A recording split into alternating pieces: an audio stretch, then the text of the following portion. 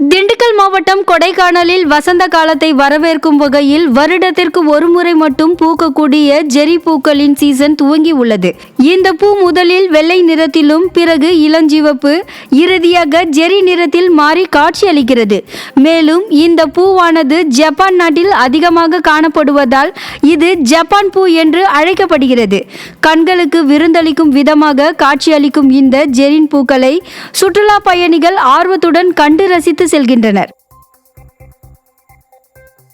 காஞ்சிபுரம் மாவட்டம் உத்திரமேரூர் அருகே மயானத்திற்கு அடிப்படை வசதிகள் செய்து தர கிராம மக்கள் கோரிக்கை விடுத்துள்ளனர். மயானத்தில் சிமெண்ட் சாலை மிகவும் சேதமடைந்து முட்புதர் செடிகள் சூழ்ந்துள்ளதால் கிராம மக்கள் சடலங்களை அடக்கம் செய்யும் போது பல்வேறு சிரமங்களுக்கு ஆளாகியுள்ளனர். எனவே மயானத்திற்கு தேவையான அனைத்து அடிப்படை வசதிகளையும் செய்து கொடுக்க வேண்டும் என மாவட்ட நிர்வாகத்திற்கு கிராம மக்கள் கோரிக்கை விடுத்துள்ளனர். விடிய ஆட்சியில் அரசு அதிகாரிகள் பொதுமக்கள் கோரிக்கைகளை கண்டுகொள்வதில்லை என வேதனை தெரிவித்துள்ளனர். விருதுநகர் மாவட்டம் ஸ்ரீவில்லிபுத்தூர் அருகே செங்கல் சூளைக்கு மண்ணள்ளிய 4 டிராக்டர்களை பறக்கும் படை அதிகாரிகள் பறிமுதல் செய்தனர்.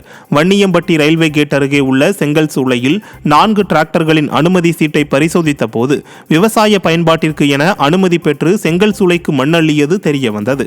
இதையடுத்து மண்ணுடன் இருந்த 4 டிராக்டர்களையும் பறிமுதல் செய்த தனிப்படையினர் வருவாய் ஆய்வாளரிடம் ஒப்படைத்தனர்.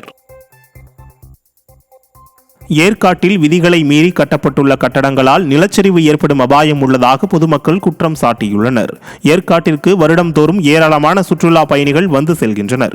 கடந்த சில வருடங்களாக ஏற்காட்டில் விளைநிலங்கள் அளிக்கப்பட்டு 70 அடிக்கு மேல் கட்டடங்கள் கட்டப்பட்டு வருவதால் நிலச்சரிவு ஏற்பட வாய்ப்புள்ளதாக சமூக ஆர்வலர்கள் தெரிவித்துள்ளனர்.